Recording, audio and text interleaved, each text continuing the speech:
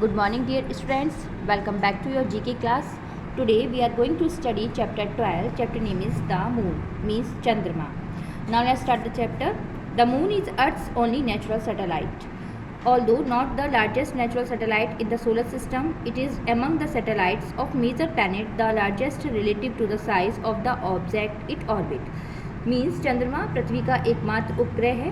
हालांकि ये सौरमंडल में सबसे बड़ा प्राकृतिक उपग्रह नहीं है, यह प्रमुख ग्रहों के उपग्रहों में से एक है. Now facts about the moon. चंद्रमा के बारे में कुछ तथ्य. First, the dark side of the moon is a myth. जो डार्क साइड का एक स्टेटमेंट है चंद्रमा के बारे में, वो मिथक है. In reality, both sides of the moon see the same amount of sunlight. However, only one face of the moon is ever seen from Earth. This is because the moon rotates around on its own axis in exactly the same times it takes to orbit the Earth. Meaning, the same side is always facing the Earth. Means, चंद्रमा के बारे में एक मिथक है कि चंद्रमा का एक भाग अंधेरे का है. वास्तव में चंद्रमा के दोनों किनारों पर सूर्य की जो किरणें हैं, उसका जो प्रकाश है वो समान मात्रा में दिखाई देता है. लेकिन चंद्रमा का एक फेस ही पृथ्वी पर देखा जा सकता है, क्योंकि चंद्रमा अपनी धुरी पर पृथ्वी के चारों ओर घूमता है, ठीक उसी समय जब यह पृथ्वी की परिक्रमा करता है. The side we see is lit by reflect sunlight while the side facing away from Earth lies in darkness and has only been seen by the human eyes from a spacecraft.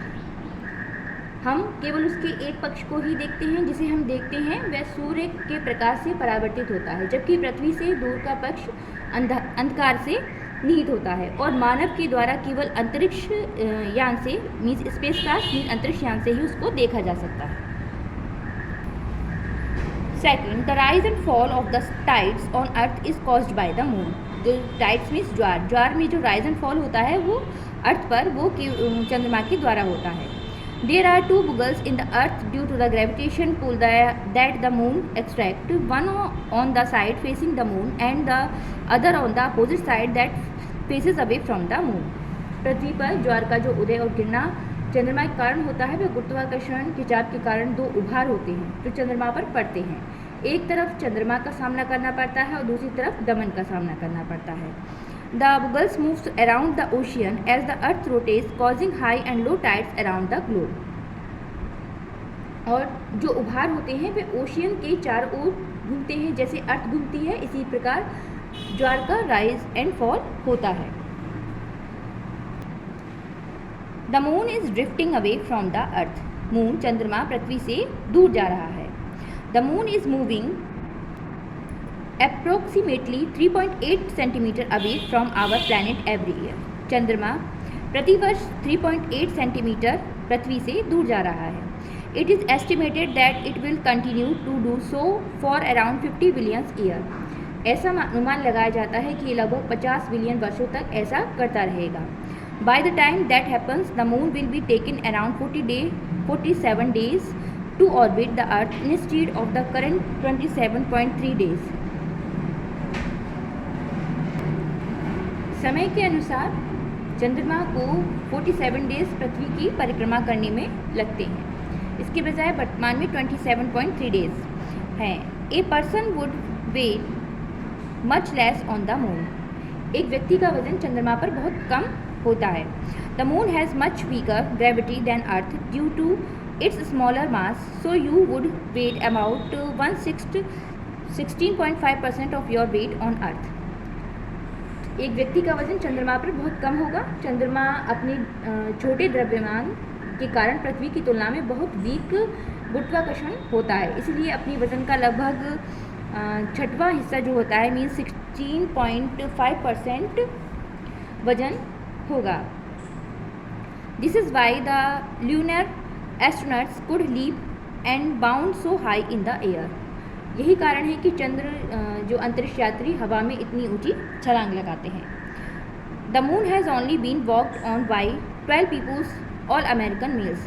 चंद्रमा पर अभी तक केवल 12 जो लोग हैं उन्होंने ही कदम रखा है और ये सारे अमेरिकन मेल्स हैं.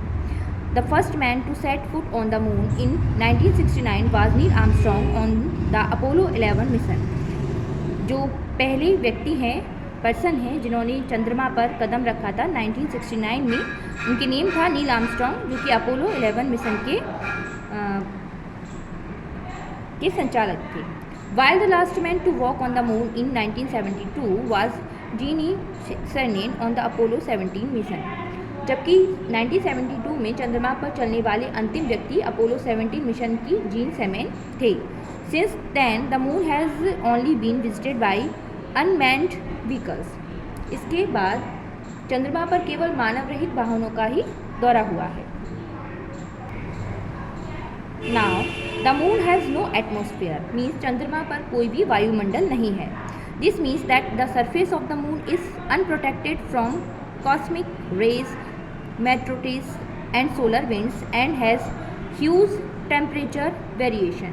Means चंद्रमा पर कोई भी वायुमंडल नहीं है। इसका मीन है कि चंद्रमा की सतह पर कॉस्मिक किरणों, उल्कापिंडों और सौर हवाओं से अनुपस्थिति है और इसके तापमान में भी भारी बदलाव होता है।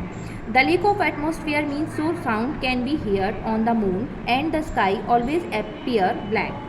वायुमंडल की कमी का मतलब है कि चंद्रमा पर ध्वनि सुनी जा सकती है और आकाश हमेशा इसमें काला दिखाई देता है। Now the moon has quakes, means चंद्रमा पर क्वैक्स भूकंप आते हैं। These are caused by the gravitation pull of the Earth, ये पृथ्वी के गुरुत्वाकर्षण के द्वारा होता है।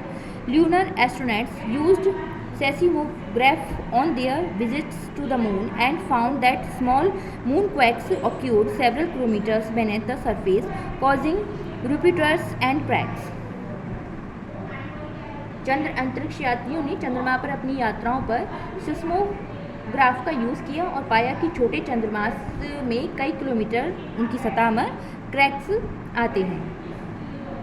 Scientist think the moon has a molten core just like earth, जो वैज्ञानिक हैं उनको लगता है कि चंद्रमा पर जो चंद्रमा है उसकी पृथ्वी की तरह ही पिघला हुआ कोर है।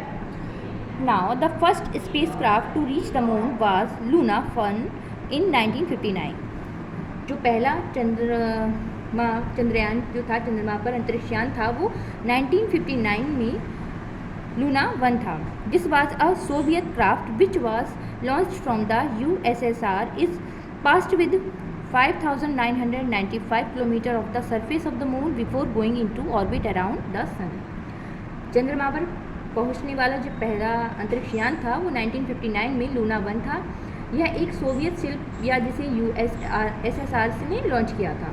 ये सूर्य के चारों ओर कक्षा में जाने से पहले चंद्रमा की सतह के 5,995 किलोमीटर भीतर से गुजरा था।